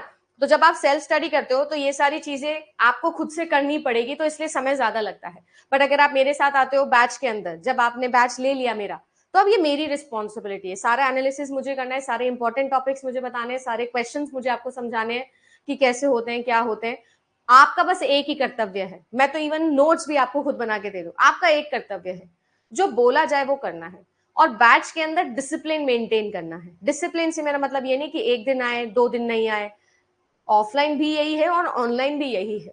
तो ये नहीं करना है कि आज क्लास अटेंड कर ली, फिर सोचा कि नहीं आज सुबह 7 बजे कौन पढ़ेगा, फिर सो गए, ये नहीं। डिसाइड कर लिया है मतलब कर लिया। देखो बीच में ऐसा होगा कि महीने के अंदर 3 से 4 दिन मैं भी सुबह 7 बजे क्लास नहीं ले पाऊंगी क्योंकि दूसरा काम होगा, ठीक है। तो मैं आपको पहले बता दूंगी, एक रात पहले बता दूंगी कि मैं क्लास ले सकती हूँ या नहीं, या सुबह 6 बजे तक फाइनल बता दूंगी कि सुबह 7 बजे क्लास ले पाऊंगी कि नहीं ले पाऊंगी, ठीक है। बट मेरा ये कन्विक्शन है और मेरा ये प्रॉमिस है आप लोगों को कि अगर एक हम टाइम फिक्स कर लेंगे कि 7 AM मतलब 7 AM, जिस दिन नहीं होगा मैं बता दूंगी, बट 7 है मतलब 7 है। और आपको भी वो डिसिप्लिन मेंटेन करना है और सेल्फ स्टडी करनी है। 1 घंटे की क्लास हुई है तो आपके लिए वो 2 घंटे की है, क्योंकि आपको वो 1 घंटा मुझसे भी पढ़ना है और 1 घंटा खुद से भी पढ़ना है। क्योंकि देखो एग्जाम मेरे को नहीं दे के आना है, मेरा तो हो गया जेआरएफ, आपका जेआरएफ है। सारी मेहनत, ये सारी मेहनत मैंने करी आपके लिए, अब आपकी बारी है कि उस मेहनत का फायदा उठाएं, खुद डबल मेहनत करके। A teacher is as good as the student. जितने अच्छी तरीके से आप पढ़ के आओगे, जितने डिसिप्लिन तरीके से आप रहोगे, उतना अच्छा मैं पढ़ा पाऊंगी। सही है ना? चलिए अब देखो सिनेरियो ऐसा है कि अगर मैं टीओसी को थोड़ा सा एनालाइज करूं, तो मैं हर यूनिट में ये एनालिसिस करूंगी आप लोगों के लिए। टीओसी को मैंने थोड़ा सा एनालाइज किया, थोड़ा पिक्टोरियल आप लोगों के लिए एनालिसिस लेके आई हूं। जून 2020 से लेकर जनवरी 25 में जब अभी हम लोग देख रहे हैं कितने सवाल बने हैं इस टॉपिक से, अगर आप इसको नोटिस करो तो आप लोग लगभग देखिएगा कि 11 सवाल, 9 सवाल, 13, 13, 10, 12, 12 और इस बार भी आप लोगों के 11 सवाल। 11 सवाल मतलब 22 नंबर अगर कोई एक यूनिट आपकी लेके जा रही है। इमेजिन 22 नंबर सिर्फ एक यूनिट से अगर आप लोगों के बन जा रहे हैं, तो वो यूनिट आप लोगों के लिए कितनी इंपॉर्टेंट होती है। समझ पा रहे हो क्या? येस और no? Give me a thumbs up, yes और नो। समझ पा रहे हो क्या कि ये कितनी इंपॉर्टेंट है? ठीक है ना? तो थ्योरी ऑफ कंप्यूटेशन में हमेशा से बोलती हूँ, हमेशा से, कि this is most important unit, सबसे इंपॉर्टेंट यूनिट। पिछले साल ऑफलाइन के अंदर एक स्टूडेंट थी, विश्वप्रिया नाम है उसका, जिससे मैंने फोन पर एनालिसिस के दौरान भी बात करी थी, और मैंने उसको बोला भी था ये चीज। उसने बोला मैम मैंने सब कुछ पढ़ लिया, बट मेरे को टीओसी नहीं समझ में आया, क्योंकि उसने लेट ज्वाइन किया था बैच, तो मुझे टीओसी नहीं समझ में आता है, तो मैं क्या करूं। और मैं उसको उस दिन भी डांट के आई थी, समझा के आई थी कि देख टीओसी पढ़ना जरूरी है। फिर उसने पढ़ा, क्रैश कोर्स में उसने रिवाइज किया, तो वो कर ही आई थोड़े बहुत क्वेश्चन, बट मुझे पता है कि उसके बहुत सारे क्वेश्चन नहीं हुए होंगे टीओसी के। तो ऐसी गलतियां आप लोगों को नहीं करनी है। पता है जब इतने सवाल बनते हैं, इसका पास इतना स्ट्रांग है, कन्विक्शन है इसके सिलेबस के अंदर, तो इसको पढ़ना है भाई। 22 से 25 नंबर अगर एक यूनिट देके जा रही है, तो हम बेवकूफ है अगर उसको छोड़ के जाएंगे। तो इसको बिल्कुल छोड़ के नहीं जाना है। आई होप समझ आ रहा होगा। ठीक है, अब अगर मैंने आप लोगों को बोला कि देखो ये यूनिट है ना, इससे इतने सवाल बने हैं इतने साल के अंदर, तो मैंने हर साल को भी डिकोड कर दिया आपके लिए कि देखो 2020 के अंदर कैसा सवाल बना, कौन कौन से टॉपिक से सवाल बना, 2021 के अंदर भी कैसे सवाल बने, ये मैंने पहले ही बता दिया है आपको। 2022 के अंदर, 2023 के अंदर कौन कौन से सवाल बने, 2023 के अंदर जून के अंदर, 2000 दिसंबर के अंदर भाई 23 में, फिर जून वाला जो एग्जाम हुआ और अभी जो जनवरी वाला एग्जाम हुआ, किस यूनिट से किस ईयर के अंदर कौन कौन से टॉपिक से सवाल बने, वो भी मैंने ही बता दिया आपको एनालाइज करके। आपको कोई जरूरत नहीं है 10 साल के पेपर बैठ के देखने के कि इससे क्या आया था, इससे क्या आया था। आपको मैंने बता दिया, ये सारी मेहनत मैंने कर दी, और ये मैं सभी यूनिट्स के लिए करके लाऊंगी, आपको टेंशन नहीं लेनी है। अब आपने मेरे को दे दिया है अपना भरोसा, अपना टाइम, तो मैं कर दूंगी। बस आपकी जिम्मेदारी है कि अगर मैंने लिख दिया है, अब आप देख रहे हो कि पिछले 4 साल के अंदर लगातार मैम आप लोगों का जो है वो फाइनाइट ऑटोमेटा डिजाइनिंग से सवाल बन रहा है, तो अब आपका फर्ज बनता है कि उसको आप अच्छे से पढ़ो, और जो पिछले 10 साल के क्वेश्चन इग्निशन बैच के अंदर वो आप लोग सॉल्व करो अपने आप से, सेल्फ स्टडी। ठीक है, सिलेक्शन जो है वो सेल्फ स्टडी से होगा। तो ये चीज बहुत इंपॉर्टेंट है कि एनालिसिस एक तरफ और सेल्फ स्टडी एक तरफ। सो मेरे अकॉर्डिंग जो मैंने क्यूमुलेट करके आपको बताया है कि थ्योरी ऑफ कंप्यूटेशन में हम चॉम्स्कीज हायरार्की पढ़ेंगे, हम एम्बिग्यूटी के बारे में समझेंगे, इक्विवेलेंसी के बारे में समझेंगे, regular expression, push down automata, closure property, decidability, undecidability, ये आप लोगों के कुछ वेरी वेरी इंपॉर्टेंट टॉपिक्स हैं जो हम लोगों को पढ़ के जाने हैं, है ना। ये चीज ऐसी है जो हमारे लिए जो है वो इंपॉर्टेंट टॉपिक्स के अंदर आने वाली है। समझ में आया? अब जैसे फॉर एग्जांपल मैं आपको एक टॉपिक बताती हूँ, जैसे चॉम्स्कीज हायरार्की है। अब चॉम्स्कीज हायरार्की हमको पढ़ना है, तो ये मेरा पहला टॉपिक हुआ। अब चॉम्स्कीज हायरार्की क्या होता है? चॉम्स्कीज हायरार्की जो है वो नॉर्म्स चॉम्स्की करके एक बंदे आए, एक साइंटिस्ट था जिन्होंने बनाई, और उन्होंने ऐसे बोला कि जो फॉर्मल लैंग्वेजेस आप पढ़ रहे हो, फॉर्मल लैंग्वेजेस ऐसी लैंग्वेजेस होती है जो मैथमेटिकल मॉडल के ऊपर बेस्ड होती है, जिनके ऊपर रूल्स एंड रेगुलेशंस लगते हैं, जो ऑब्जेक्टिव लैंग्वेजेस होती है। अब ये बेसिकली ऐसा आपका एक हायरार्की है जो हमको ये बताता है कि क्या रिस्ट्रिक्शन है, किस प्रकार की लैंग्वेज कौन सी ग्रामर से डिराइव होती है, और उस लैंग्वेज से बनने वाले जो सेंटेंसेस है जिसको हम टेक्निकल लैंग्वेज में स्ट्रिंग्स बोलते हैं, वो जो स्ट्रिंग्स है वो कौन सी मशीन एक्सेप्ट करती है। तो ये जो थी according to the power of the grammar, power of the language, और should I say power of the machine हमने उन्हें डिवाइड किया है एक हायरार्की के अंदर। जैसे अंडर ग्रेड बच्चे को मास्टर्स वाले बच्चे से तो कम ही आता होगा, पीएचडी वाले बच्चे को जो है वो मास्टर्स वाले बच्चे से ज्यादा ही समझ में आता होगा, ज्यादा ही चीजें आती होगी। बिल्कुल वैसे ही एक फाइनाइट ऑटोमेटा है, फिर पुश डाउन ऑटोमेटा है, फिर लीनियर बाउंडेड ऑटोमेटा और फिर ट्यूरिंग मशीन है। तो अगर पावर की बात करूं तो ट्यूरिंग मशीन क्योंकि हायरार्की में सबसे ऊपर है तो वो सबसे ज्यादा पावरफुल मशीन है। अब कोई भी मशीन सबसे ज्यादा पावरफुल क्यों मानी जाएगी? क्योंकि उसको सब कुछ एक्सेप्ट करना आता है, वो आपकी किसी भी तरीके का काम कर सकती है। Turing machine Alan Turing sir ने बनाई थी, जिनको फादर ऑफ मॉडर्न कंप्यूटर्स भी कहा जाता है। आप ये भी कह सकते हो कि क्रिप्टोग्राफी का जन्म भी उन्हीं के द्वारा हुआ है। ठीक है, अगर आप लोगों ने मूवी देखी नहीं है इमिटेशन गेम, में या हर बैच को बोलती हूँ, ठीक है ना, तो मैं आप लोगों को यही चीज समझाना चाहूंगी कि वो मूवी देखिएगा, आपको समझ में आएगा एलन ट्यूरिंग सर के बारे में ज्यादा। उन्होंने जो है वो ट्यूरिंग मशीन बनाई थी, और ये जो ट्यूरिंग मशीन है ये उन्होंने बहुत पहले बना दी थी 19 में। ठीक है जी, फिर भी अभी तक, सेकेंड वर्ल्ड वॉर के टाइम की बात बता रही हूं मैं, तब से अब तक कोई ऐसी मशीन हम नहीं बना पाए हैं मॉडर्न मशीन के नाम पे भी जो वो काम कर दे जो ट्यूरिंग मशीन नहीं कर सकती, या ट्यूरिंग मशीन कोई काम कर दे, राइट, ऐसा कोई मशीन हमने अभी देखा नहीं है। कुल मिला के सबसे पावरफुल मशीन है आपकी ट्यूरिंग मशीन। हाँ, वो थोड़ा स्लो कर सकती है, हम तेज कर सकते हैं काम, बट ऐसा कुछ भी नहीं है जो वो नहीं कर सकती है, राइट। तो बिल्कुल उसी तरीके से हमको समझना पड़ेगा, अकॉर्डिंग टू पावर हमने ये पढ़ा है। जब मैं बोलती हूँ टाइप 3, टाइप 2, टाइप 1, टाइप 0, तो अगर आप इस हायरार्की को समझ पा रहे हो तो ये काइंड ऑफ ऐसा है कि जयपुर है, राजस्थान है, फिर ये इंडिया है और ये एशिया है। तो जाहिर सी बात है कि जो जयपुर है वो एशिया के अंदर तो आता ही है ना, बिल्कुल वैसे ही। तो आप लोगों की जो टाइप 3 ग्रामर है ये लीस्ट आप लोगों की ऐसी है जो एक्सपेंडेबल लैंग्वेज है। कुल मिला के टाइप 3 ग्रामर जो है ये मोस्ट रिस्ट्रिक्टेड है, सबसे अंदर है ना हायरार्की के अंदर, और ये जो है आपका टाइप 0 ये सबसे लीस्ट रिस्ट्रिक्टेड है।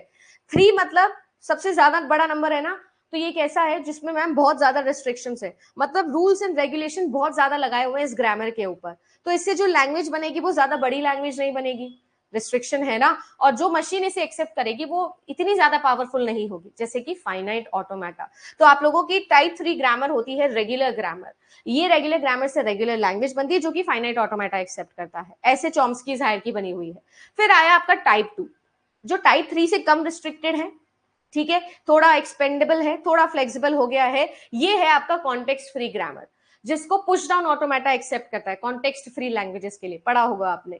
फिर आता है आपका टाइप 1 जो और कम रिस्ट्रिक्टेड है, कम रूल्स एंड रेगुलेशंस है, कॉन्टेक्स्ट सेंसिटिव लैंग्वेज, इसे एक्सेप्ट करता है लीनियर बाउंडेड ऑटोमेटा। फिर आया आपका नॉट रिस्ट्रिक्टेड, है ही नहीं, नाम में लिखा है अनरिस्ट्रिक्टेड ग्रामर, ये है आप लोगों की रिकर्सिबल एनिमरेबल लैंग्वेज और ग्रामर। ये जो ग्रामर है इसमें कोई रिस्ट्रिक्शन है ही नहीं, ठीक है ना। तो ये जो लैंग्वेज बनाती है वो एक्सेप्ट करने वाली मशीन को बहुत पावरफुल होना पड़ेगा ना, तो यस, ट्यूरिंग मशीन एक्सेप्ट करती है आपकी रिकर्सिव एनिमरेबल लैंग्वेजेस को। सो कुल मिला के हम लोग चॉम्स्कीज हायरार्की के थ्रू हमारे पूरे सब्जेक्ट को, पूरे थ्योरी ऑफ कंप्यूटेशन जो सब्जेक्ट है ना, इसको हम लोग क्या कर सकते हैं, डिवाइड कर सकते हैं। यही आपका सिलेबस है, सारे टाइप के ग्रामर पढ़ लो, सारे टाइप की लैंग्वेजेस पढ़ लो, उन लैंग्वेजेस से क्या क्या होता है, मशीन मॉडल्स पढ़ लो, ठीक है, कि कौन सी मशीन क्या एक्सेप्ट करती है, दैट्स इट, यही तो सिलेबस है। समझ में आया कि कैसे हमने इंपॉर्टेंट टॉपिक निकाला किसी सिलेबस का, और उस इंपॉर्टेंट टॉपिक या इंपॉर्टेंट यूनिट से कैसे सारे इंपॉर्टेंट टॉपिक्स है जो पिछले 5 साल के एनालिसिस से निकाले, और फिर एक टॉपिक है जो उस टॉपिक में क्या क्या पढ़ना है वो हमने समझ लिया, बस हो गया सवाल। Good morning ma'am, respected ma'am, because of you your guidance I could be able to clear my UGC NET examination, now aspiring for JRF, love the way your explanation। चलिए बहुत ही बढ़िया बात है शिवम, ग्रेट, ठीक है शिवम, यस 100% इस बार JRF qualify करेंगे अपन।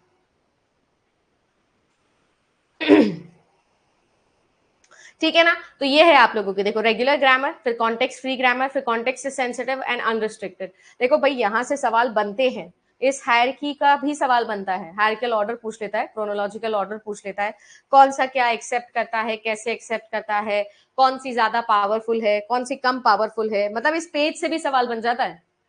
UGC net exam बहुत डाइवर्स एग्जाम है, कहीं से भी सवाल बन सकता है, ठीक है जी। तो ये चीज मैंने आप लोगों को डिकोड करके दे दी, अब आपको इसको रिवाइज करना है।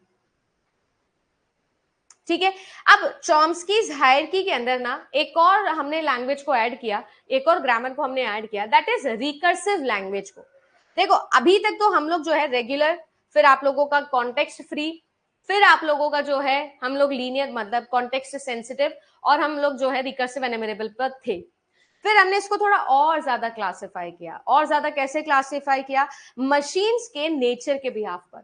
कुछ ऐसी मशीन्स होती है जो नेचर में डिटर्मिनिस्टिक होगी, कुछ ऐसी होगी जो नॉन डिटर्मिनिस्टिक होगी। डिटर्मिनिस्टिक या नॉन डिटर्मिनिस्टिक का मतलब होता है वो क्लैरिटी वाला जो चीज मैंने आज क्लास की शुरुआत में बोला था ना, अगर मैं यहाँ खड़ी हूं और मैं डिटरमाइन हूं कि मुझे राइट जाना है ना, मुझे अगर मैं ये इनपुट सिंबल रीड करती हूं तो मैं इस स्टेट पर मूव करूंगी, अगर मेरी मशीन को ये पता है तो वो डिटर्मिनिस्टिक है। अगर मैं एक इनपुट सिंबल के ऊपर, मान लो मैंने एक इनपुट सिंबल रीड किया और मेरी मशीन जो है वो एक इनपुट सिंबल पर एक से ज्यादा स्टेट पर जा सकती है, तो वो नॉन डिटर्मिनिस्टिक कहलाती है। तो अब जो आपका फाइनाइट ऑटोमेटा होता है उसमें तो डिटर्मिनिस्टिक हो या नॉन डिटर्मिनिस्टिक हो कोई फर्क नहीं पड़ता, क्योंकि दोनों की पावर सेम होती है। पर जहां पर बात आ जाती है पुश डाउन ऑटोमेटा की, यानी कॉन्टेक्स्ट फ्री लैंग्वेजेस की, वहां पर डिटर्मिनिस्टिक और नॉन डिटर्मिनिस्टिक में पावर का डिफरेंस आ जाता है। तो आपके डिटर्मिनिस्टिक लैंग्वेजेस हैं, डिटर्मिनिस्टिक कॉन्टेक्स्ट फ्री, और नॉन डिटर्मिनिस्टिक है। तो नॉन डिटर्मिनिस्टिक को हम कॉन्टेक्स्ट फ्री लैंग्वेज ही बोलते हैं, सीएफएल ही बोलते हैं इसको। डिटर्मिनिस्टिक को हम डीसीएफएल बोलते हैं। ये जो है ज्यादा पावरफुल है, ऑब्वियसली हायरार्की के अंदर जो ऊपर होता है वो ज्यादा पावरफुल होता है, तो ये ज्यादा पावरफुल है, कम रिस्ट्रिक्टेड है ये। फिर ऐसे ही आपके कॉन्टेक्स्ट से सेंसिटिव है। और फिर आती है आप लोगों की रिकर्सिव एनिमरेबल लैंग्वेज। अभी हमने बात करी कि जो ट्यूरिंग मशीन एक्सेप्ट करे वो जो लैंग्वेज है वो रिकर्सिव एनिमरेबल लैंग्वेज होती है। तो जो ट्यूरिंग मशीन है वो बहुत पावरफुल होती है, पर ट्यूरिंग मशीन का एक प्रॉब्लम है, हॉल्टिंग प्रॉब्लम, या कुल मिला के ट्यूरिंग मशीन को ये नहीं पता कि कौन से इनपुट पर वो रुकेगी और कौन से इनपुट पर वो रुकेगी नहीं, मतलब वो इनफाइनाइट लूप के अंदर जाती है। हॉल्टिंग मतलब हॉल्ट वर्ड से ये बना है, हॉल्ट का मतलब होता है रुकना। ट्यूरिंग मशीन के लिए आप ये डिसाइड नहीं कर सकते कि वो किस इनपुट पर स्टॉप होगी, हॉल्ट होगी, और किस पर नहीं होगी। इसको मैं आगे जाके और डिटेल में समझाऊंगी, लाइव एग्जाम्पल के साथ समझाऊंगी, रियल लाइफ एग्जाम्पल के साथ में सब समझाऊंगी। बट अभी मैं बेसिक्स के तौर पर ये समझा रही हूँ कि ट्यूरिंग मशीन भी आपकी दो तरीके से हम डिवाइड कर सकते हैं, एक टोटल ट्यूरिंग मशीन और एक normal Turing machine. Total Turing machine एक ऐसी स्पेशल ट्यूरिंग मशीन है जो कि ट्यूरिंग मशीन से ही हमने बनाई है, उसे हम डिसाइडेबल मशीन बोलते हैं। वो एक ऐसी मशीन हमने स्पेशली बना ली है जो हॉल्ट करना जानती है। हम बता सकते हैं कि कब ये हॉल्ट होगी, कब नहीं होगी। और अगर ये लैंग्वेजेस जो इस मशीन पर हम डाल सकते हैं, टोटल ट्यूरिंग मशीन जिस लैंग्वेज को एक्सेप्ट कर सकती है, उस लैंग्वेज को हम लोग बोलते हैं रिकर्सिव लैंग्वेजेस। क्या बोलते हैं? Recursive languages. और ट्यूरिंग मशीन जो है वो रिकर्सिव एनिमरेबल लैंग्वेजेस के लिए बनाई गई। हम इसको डिटेल में पढ़ेंगे, बट यस ये आपको पता होना चाहिए कि चॉम्स्कीज हायरार्की के अंदर और एडिशनल चीजें लाई गई, और ये हायरार्की अब आप लोगों के लिए इंपॉर्टेंट है क्योंकि इनसे आपके बहुत सारे सवाल बनेंगे। तो इसको हम लोग ट्यूरिंग डिसाइडेबल लैंग्वेज बोलते हैं, रिकर्सिव लैंग्वेज, क्योंकि ये टोटल ट्यूरिंग मशीन एक्सेप्ट करती है। सो बेसिकली ये फाइनाइट ऑटोमेटा, ये आप लोगों का जो है डिटर्मिनिस्टिक पुश डाउन ऑटोमेटा, ये आप लोगों का नॉर्मल पुश डाउन ऑटोमेटा, ये आप लोगों का लीनियर बाउंडेड ऑटोमेटा, ये आप लोगों का total Turing machine, total Turing machine, और ये आप लोगों की ट्यूरिंग मशीन। ऐसे आप लोगों की लैंग्वेजेस जो है बनी है, और ऐसे आपके मशीन मॉड्यूल्स हैं जो आपके एक्सेप्टेंस के लिए बनाए गए।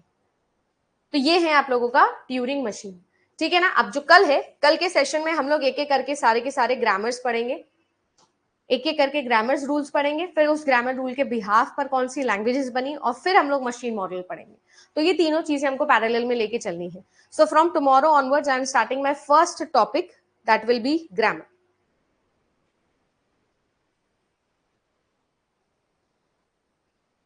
ओके, तो ग्रामर क्लासिफिकेशन, या मैं यूं कहूं हम सबसे पहले फाइनाइट ऑटोमेटा पढ़ने वाले हैं। तो फाइनाइट ऑटोमेटा से हम लोग पढ़ाई करना शुरू करेंगे। आप सभी लोगों के पास में पूरा का पूरा शीट है, सब लोग जानते हो अच्छे से, है ना। इस पीडीएफ को आपको मैं दे दूंगी, इस पीडीएफ को आप अच्छे से रीड कर लेना। हम लोग जो है फाइनाइट ऑटोमेटा से पढ़ाई करना शुरू करेंगे कल। तो एक एक करके सारी लैंग्वेजेस, फिर उससे फाइनाइट ऑटोमेटा, ऐसा सीखेंगे हम। आपके पास में एक्सेल शीट है, वो एक्सेल शीट जिसके अंदर मैंने आप लोगों को बता दिया है कि कौन से डे के ऊपर हम कौन सा टॉपिक पढ़ रहे हैं, ठीक है ना। अब देखो वो मैंने थोड़ा आइडियलिस्टिक बनाया है, हो सकता है कोई टॉपिक पढ़ाते पढ़ाते आपके डाउट ज्यादा आ जाएं, या मैं थोड़ा और ज्यादा डीप में पढ़ाना चाहती हूँ, हो सकता है कि वो टॉपिक एक दिन के अंदर खत्म ना हो तो 2 दिन के अंदर खत्म होगा, वो मार्जिन लेकर मैं चल रही हूँ। एवरी मंडे टू थर्सडे जो है वो हम लोग इस तरीके से टॉपिक पढ़ रहे हैं, और जो आप लोगों का फ्राइडे है और जो आप लोगों का सैटरडे है उसमें मैं आप लोगों के लिए कुछ मैराथन्स रिकॉर्ड कर रही हूँ। ठीक है, वो मैराथन्स भी आपको मिलेगी इस बार, पेड के ऊपर भी मैं पेपर 2 की भी मैराथन्स लेने वाली हूँ, और वो मैं रिकॉर्डेड फॉर्म में आपको दूंगी, क्योंकि वो आपकी स्पीड इंक्रीज करके आपको पढ़नी होगी। हो सकता है कि वो पुरानी क्लास का कुछ रिविजन हो सकता है, कुछ क्वेश्चंस हो सकते हैं, मिक्स एंड मैच करूंगी। कुछ आगे की ऐसी चीजें जो थियोरेटिकल चीजें होती है जिसमें ज्यादा टाइम लाइव क्लास का लेने की जरूरत नहीं है, वो मैं रिकॉर्ड पहले से करूंगी, हर वीक के लिए करूंगी। 2 मैराथन्स आपकी आएगी एवरी फ्राइडे एंड सैटरडे। और मैंने जो डाउट सेशन है वो भी रखे हैं संडे को, वो ऑप्शनल है। अगर आपके बहुत ज्यादा डाउट्स आते हैं, मुझे ग्रुप में पता लगता है कि you have a lot of doubts, तो अपन उसको लेंगे, नहीं तो मैं आपको एक हफ्ते में एक छुट्टी दे दूंगी। ठीक है, बहुत सारे बच्चे होते हैं जो मुझसे ये डिमांड करते हैं कि मैम हफ्ते में एक छुट्टी दे दिया करो। यूजुअली मैं छुट्टी नहीं लेती हूँ, अगर आप मुझे पहले से जानते हो तो आप जानते होंगे कि मैं नहीं लेती हूँ छुट्टी, चाहे सैटरडे संडे होली दिवाली कुछ भी अपना होता नहीं है, क्योंकि घर पे स्टूडियो तो मुझे प्रॉब्लम नहीं होती, मैं ले लेती हूँ, 1 घंटा मैं निकाल लेती हूँ क्लास के लिए। बट फिर भी आपको ऐसा लगता है कि नहीं मैम संडे की हमको छुट्टी चाहिए है, तो मैंने इसलिए डाउट क्लियरिंग सेशन संडे को रखा है। तो आपके डाउट है तो आप डाउट पूछ लो, अगर नहीं है तो कोई बात नहीं, छुट्टी कर देंगे। ठीक है, घबराना नहीं है, ऐसे नहीं कि मैम हफ्ते में एक दिन भी आप छुट्टी नहीं देते हो, तो मैं छुट्टी दे दूंगी। पर यस, पेड पे इस बार जो है मैराथन अपन करेंगे, और वो मैं रिकॉर्डेड फॉर्म में आपको दूंगी, ताकि आपको ऐसा ना लगे कि यार बहुत तेज चल रही है चीजें। आराम से, कोई दिक्कत नहीं है। किसी को तेज लग रहा है तो स्लो करके देख लेना, किसी को स्लो लग रहा है तो तेज करके देख लेना। तो मैं हफ्ते बाय हफ्ते रिकॉर्ड करूंगी आपके लिए ये क्लासेस, जो फ्राइडे सैटरडे आपको मिलेगी। So Monday to Thursday 7 AM मिल रहे हैं अपन, जैसे कि मैं अभी आई हूँ वैसे ही आऊंगी डेली। और फ्राइडे सैटरडे जो है वो मैराथन अपन देने वाले हैं, और संडे आपके डाउट के ऊपर डिपेंड करता है। राइट, करना आपको ये है कि आपके पास में जो टेलीग्राम ग्रुप है जिस पर आपको सपोर्ट टीम ने ज्वाइन करवाया होगा, अगर आप पेड कोर्स ले चुके हो तो, अगर नहीं लिए हो और लेना चाहते हो तो भी आपको इस ग्रुप में ऐड कर दिया जाएगा। एवरी संडे मैं एक पोल लगाऊंगी, नंबर ऑफ डाउट्स या डाउट क्लियरिंग सेशन रिक्वायर्ड और नॉट, आप मुझे येस और नो बता देना, जो मेजोरिटी ऑफ दी स्टूडेंट्स का बिलीव होगा वो अपन कर लेंगे। और इसके अलावा भी इस ग्रुप को जो है वो आप सभी लोगों को एक रूप में समझना है कि ये ग्रुप डिस्कोर्स है, डिस्कशन के लिए है। कोई भी सपोर्ट से रिलेटेड प्रॉब्लम है तो डायरेक्टली सपोर्ट को कॉल करो, या फिर यहाँ पर जो है वो अतुल है उनको आप डायरेक्टली डीएम कर सकते हो। ग्रुप के अंदर फालतू का टाइम पास नहीं करना है, मुझे सिर्फ इस ग्रुप के अंदर क्वेश्चंस चाहिए, डिस्कशंस चाहिए, मुझे ये सारी चीजें चाहिए। ठीक है ना, मुझे वो आलतू फालतू के डिस्कशन नहीं चाहिए इस ग्रुप में। ठीक है, अगर ऐसा मुझे दिखेगा तो मैं फिर से इस ग्रुप को लीव करूंगी, क्योंकि मेरा टाइम मुझे पता है कि कितना कीमती है और मुझे उसको प्रोडक्टिव चीजों में लगाना है। ठीक है, अभी के लिए तो शिवम मैंने स्टार्ट किया है और हम लोग 7 AM सेशन ले रहे हैं। ठीक है, धीरे धीरे देखते हैं कि क्या होगा, बाकी आप आराम से इवनिंग में देख सकते हो, कोई दिक्कत नहीं है। देखो, मैं ऐसा मानती हूँ 90% पेड बच्चा रिकॉर्डेड क्लास देखता है, बैच लाइव होता है पर वो क्लासेस रिकॉर्डेड ही देखता है 90% पेड स्टूडेंट, क्योंकि वो साथ साथ में नोट्स भी बनाता है। और मुझे कोई दिक्कत नहीं है, कोई इशू नहीं है, मैं डेली लाइव आऊंगी, आप लोग आराम से उसको रिकॉर्डेड देख सकते हो, कोई दिक्कत नहीं है। और 12 महीने तक देख सकते हो इस बैच को आप, क्योंकि आपकी वैलिडिटी 12 महीने तक है। तो ये बैच जो हम लाइव पढ़ रहे हैं वो तो है ही, इसके बाद भी इनफैक्ट और 6 महीने के लिए एडिशनली आपके पास में लाइव रहेगा, मतलब आपके पास में हमेशा रिकॉर्डेड फॉर्म में रहेगा। आप 12 महीने देख सकते हो, ये क्लास कितनी भी बार देख सकते हो, कोई दिक्कत नहीं है, कभी बंद नहीं होगा। ठीक है, टाइमिंग का कोई फर्क नहीं पड़ता है, हो सकता है सुबह 7 बजे हो सकता है मैं शाम को 7 बजे कर दूं, कभी रात को 9 बजे कर दूं, तो कोई दिक्कत नहीं है उसमें। आप आराम से देख लो क्लास, एक दिन की क्लास उस दिन में खत्म कर दो। ठीक है, हफ्ते में एक दिन क्लास जो है वो लाइव अटेंड कर लिया करो, ये मेरा मानना है। ठीक है, अगर आपको ये टाइम सूट नहीं करता है, मॉर्निंग टाइम सूट नहीं करता है, बहुत सारे बच्चे होंगे जिनको इवनिंग टाइम सूट नहीं करेगा, तो अगर आपको टाइमिंग सूट नहीं करता है कोई दिक्कत नहीं, बट आपके और मेरे बीच में कनेक्शन मेंटेन होना जरूरी है। जिस दिन आपके और मेरे बीच में गैप आ गया ना, उस दिन मिस इंटरप्रिटेशन से स्टार्ट हो जाएंगे अबाउट क्लास भी और अबाउट सब्जेक्ट भी। तो उसके लिए हफ्ते में एक दिन लाइव आ जाओ। ऐसा कोई बिजी नहीं होता कि वो हफ्ते में एक दिन सुबह 7 बजे ना आ सके या रात को 9 बजे ना आ सके, तो हफ्ते में एक दिन लाइव आ जाओ, वो भी मेरे लिए सफिशियंट है। अगर आपको टाइम सूट नहीं करता, और अगर आपको टाइम सूट करता है तो इट्स वेरी इंपॉर्टेंट कि आप ये क्लास मेरे साथ में अटेंड कर लो, स्पेशली अगर आप बिगिनर हो तो। फर्स्ट टाइम पढ़ रहे हो तो तब तो आपको आना ही चाहिए सुबह 7 बजे। ठीक है, चलिए गाइस, मिलते हैं आप सभी लोगों से फिर अपने 11 AM सेशन के अंदर। Okay,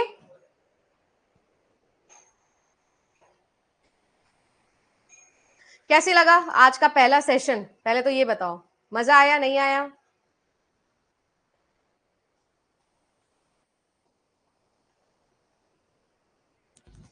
how was your class today?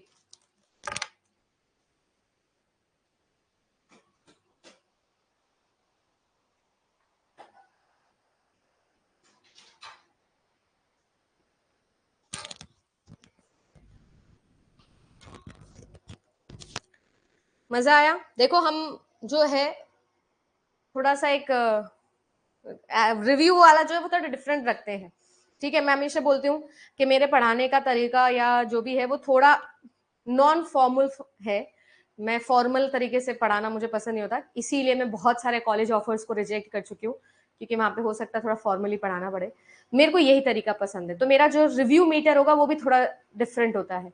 मेरे को ये चाहिए कि आपको फील होना चाहिए सीएस, आपको फील होना चाहिए कि मजा आ गया यार, ऐसे तो पहले पढ़ा ही नहीं था, ऐसे तो पहले देखा ही नहीं था।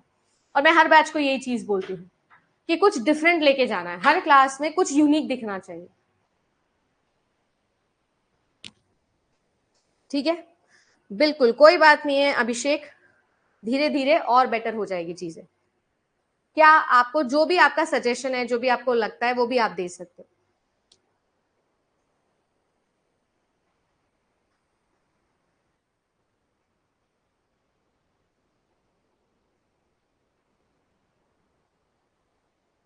ठीक है, the day you start feeling comfortable with your subject is the best time. ठीक है, कभी किसी सब्जेक्ट से डर नहीं लगना चाहिए आपको, ऐसा नहीं लगना चाहिए कि ये क्या है भाई साहब, ऐसा नहीं होगा। धीरे धीरे विद टाइम, ठीक है, 7 दिन के अंदर धीरे धीरे धीरे धीरे टाइम आपका अच्छा हो जाएगा। एक क्लास जो है वो अंबिका मोस्ट प्रोबेबली 1 से 1.25 घंटे की तो मिनिमम होगी ही होगी, कभी कभी हो सकता है कि 1.5 घंटे की हो जाए, कभी कभी। ठीक है, और मैराथन जो है वो 2 से 3 घंटे की होगी। चलिए गए, so I hope you enjoyed it. मजा आना चाहिए, फील होना चाहिए कि हम पढ़ रहे हैं। अभी तक हमने जो पढ़ा है निर्जीवों की जैसे, कोई जबरदस्ती नहीं है। अगर पढ़ रहे हो और मेरे साथ में अगर बैच लेके आगे चल रहे हो तो मैं निर्जीव तो आपको रहने नहीं दूंगी। ठीक है ना, जैसे मैं एक्टिव हूं वैसे ही आपको भी एक्टिव रहना है और मजे लेके पढ़ना है। अब तक जो है वो हमने खींच ली होगी चीजें, बट अब जो है हमको थोड़ा पावर के साथ आना है।